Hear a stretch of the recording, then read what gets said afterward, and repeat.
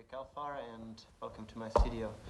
I would like to talk about sustainability today and how my brand is sustainable and approaches this issue, which I feel is more current than ever in these days and times.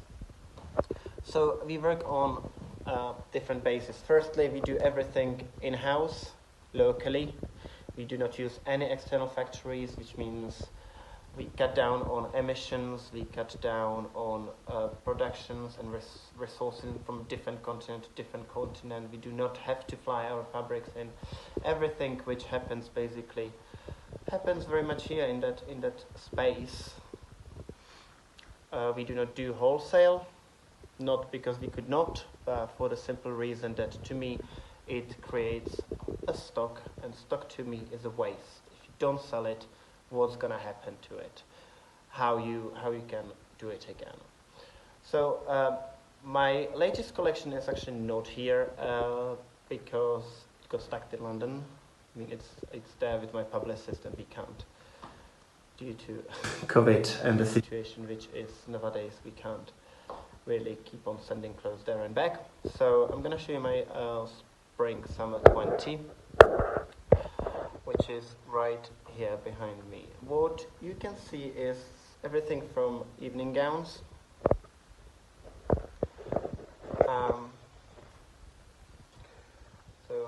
which would be like this one. This is actually Ahimsa piece silk, animal cruelty piece silk, which didn't hurt the caterpillars in any way or shape. It's only been picked up after they left the cocoons, and therefore it's vegan approved, it's organic material, and it took about a month or month and a half to really get this, because the fabric is actually made, the pleating on the fabric is made here, it's made by hand. We do use very little machines, and majority of it is made by hand.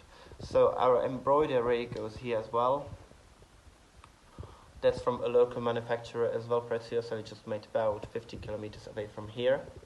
So they are sheer crystals. And since it's a local production, I feel it really is what makes the difference. We do have a vintage lace here, which is about 50 to 60 years old. I found it in actually in market in Nice, in Côte d'Azur, and it makes the piece really unique because we cannot recreate this lace. The value of this is it's vintage. It was meant to die, and we just took it and recreated something new out of it. The same goes with plenty of our fabrics. We do upcycle them, we do recycle them.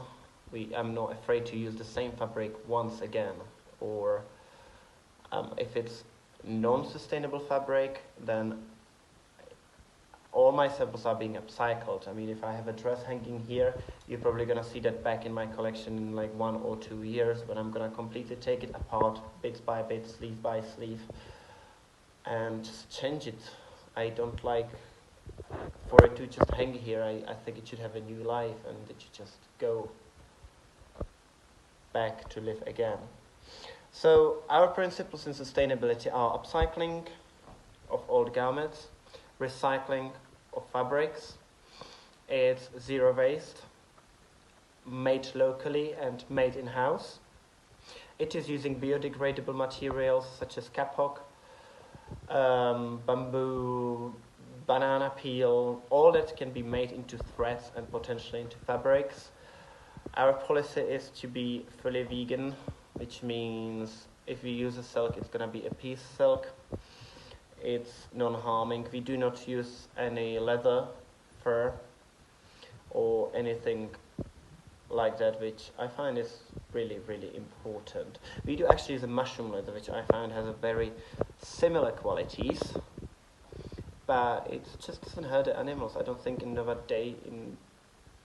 those days and times there is a need for it. I think the real luxury nowadays is really the uniqueness of each product. It's knowing where it all started, knowing the story from a fabric to from a thread to a fabric to cutting the piece and to seeing the garment and trying it on and potentially making it your own, either from me or you make it your own, and then you become the story, you become part of the garment. And I think that's what's important, and I think that's how sustainable means.